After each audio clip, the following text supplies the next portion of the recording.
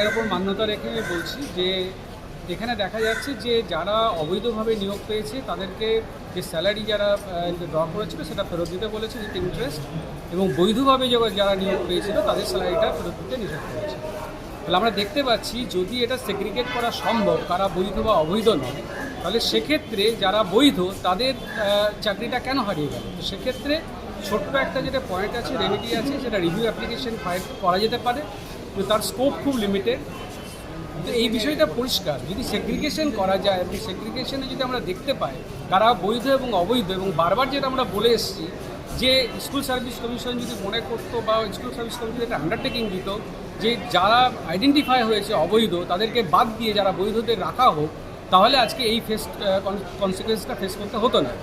তাহলে আমরা এই যে ছোট্ট একটা বিষয় আছে যে যারা বৈধ তাদেরকে স্যালারি ফেরত দিতে হবে না,